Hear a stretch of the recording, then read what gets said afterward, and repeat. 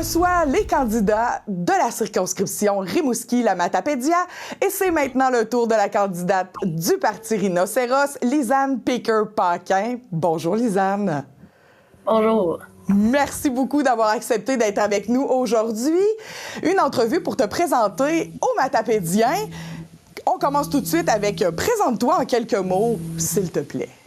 Ben moi, dans le fond, je fais du sport. Je pense que les élections, c'est sportif. C'est ça, on m'a peut-être vu là, au débat, il y avait des enjeux de sécurité. J'avais mis plus de matériel de sécurité. Là, ici, dans le confort là, du salon, en tout cas, c'est sûr que je peux plus me concentrer sur vraiment le sport, les élections. Le sport et les élections, qu'est-ce qui t'a motivé à te lancer en politique et plus particulièrement à te lancer pour le Parti Rhinocéros?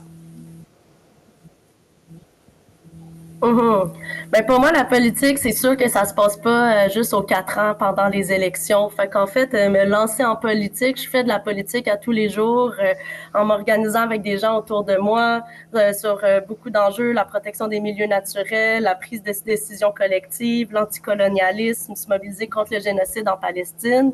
Mais le Parti Rhinocéros, ce qui me permet d'explorer, c'est vraiment tout l'aspect de critiquer le système électoral puis d'utiliser les tribunes qui sont offertes aux candidates pour porter d'autres discours de l'avant. Quel est ton lien avec la circonscription et en quoi ton parcours te prépare-t-il à défendre les intérêts des citoyens d'ici? La circoncision de Rimouski-la-Matapédia, moi, c'est vraiment une circoncision que j'aime beaucoup. Faut savoir, j'ai habité dans la Métis, j'ai habité dans Rimouski-Neigette, dans presque toutes les petites municipalités, pas juste dans Rimouski. Ça fait depuis 2009 que j'habite dans la région. C'est vraiment le fleuve qui m'a donné un gros coup de cœur, mais la forêt, après, toute l'arrière-pays, je peux pas dire, en tout cas, c'est un endroit que j'aime beaucoup. J'apprécie aussi beaucoup aller dans les Basques, la rivière Trois-Pistoles. La lutte contre l'autoroute 20 m'amène à aller plus régulièrement dans cette MRC-là aussi. Puis dans la Matapédia, en fait, je suis sur un nouvel organisme qui s'appelle ACAF, Albertville, Cité des Arts farouches. Vous allez en entendre parler, je crois, un peu plus cet été. On va accueillir des résidences d'artistes à Albertville pour vraiment amener un dynamisme artistique dans la MRC. Super. Bien, selon toi, quels sont les principaux défis de notre circonscription à laquelle on fait face actuellement? C'est sûr que y a l'enjeu de la représentativité. Je suis consciente qu'en habitant à Rimouski, je participe il y a comme une centralisation un peu de l'attention qui se met à Rimouski, alors que les enjeux, la réalité de la vie est vraiment pas la même quand on habite quand on habite à Saint-Donat ou à Saint-Gabriel-de-Rimouski ou quand on habite justement à Albertville que quand on est à Rimouski. Je pense qu'il y a un enjeu territorial de disparité. Il y a un niveau de vie, un revenu quand même bas. En dehors de Rimouski, le revenu moyen est en dessous de la moyenne du Québec. Donc, on peut se dire qu'il y a aussi des enjeux à ce niveau-là, c'est sûr.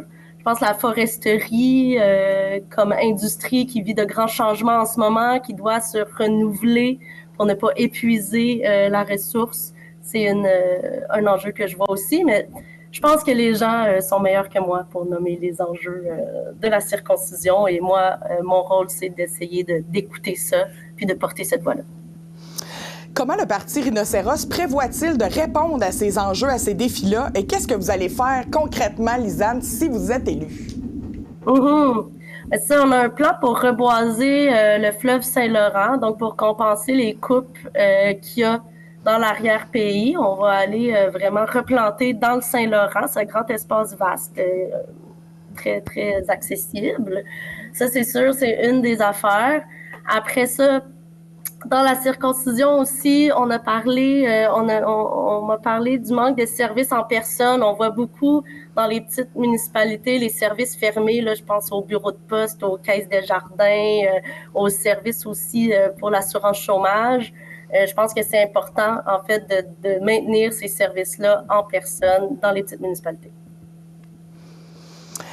Qu'est-ce qui distingue le Parti Rhinocéros des autres partis? Précisément pour cette élection-ci, on sait que l'enjeu voisin d'en dessous. Donc, qu'est-ce qui vous distingue? On cherche pas à prendre le pouvoir. On cherche juste à mettre en lumière des enjeux. On cherche à amener la discussion ailleurs que là où on essaye de l'amener dans le débat. Je crois qu'on met beaucoup d'importance sur la guerre tarifaire, des choses comme ça, qui, sans être sans importance, ne sont pas nécessairement les enjeux vécus ici. Je pense que le Parti Rhinocéros peut servir à ça, vraiment à s'amuser, puis aussi à amener le débat ailleurs.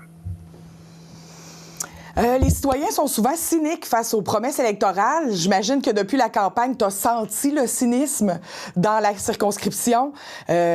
Pourquoi est-ce que les gens devraient te faire confiance malgré le cynisme qui règne ces temps-ci? Excusez, je m'étouffe un petit peu. Mais écoutez, si on n'est pas faire confiance à quelqu'un, autant faire confiance à quelqu'un qui ment de bonne foi. Donc, pas quelqu'un qui ment en vous faisant croire qu'il va respecter certains engagements ou qui s'intéresse vraiment à ce que vous dites, mais quelqu'un qui ment tout simplement pour le divertissement.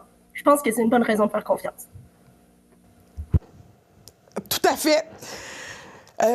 Si vous êtes élu, comment vous prévoyez rester en contact avec les citoyens et vous assurer que les préoccupations sur le terrain sont entendues à Ottawa, au Parlement?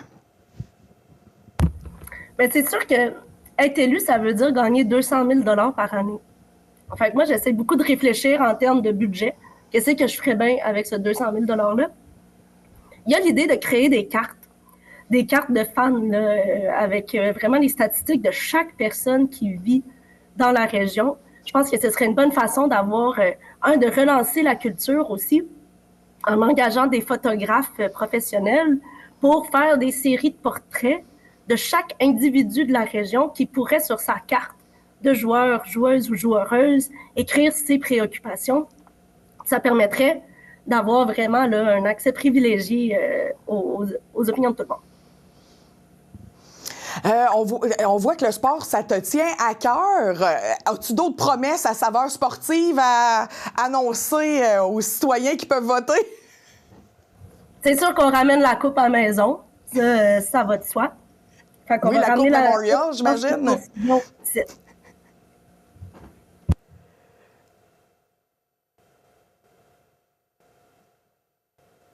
Oui. En une phrase, pourquoi les électeurs devraient voter pour vous, toi? Ben, si vous n'avez rien de mieux à faire le 28 avril, venez voter pour moi. Mais pour vrai, sinon, il y a la grève sociale au Bas-Saint-Laurent qui va commencer le 28 avril. Il va y avoir des activités un peu partout dans le territoire pour dénoncer les féminicides, les transmissides. Je vous invite à participer à ces activités-là. Et est-ce que tu as un dernier message à adresser aux citoyens avant le jour du vote? Vendredi, à la Captive, il y a une discussion qui est plus organisée par les candidates et candidats indépendants, mais je vous invite à venir jaser de vos préoccupations cette journée-là.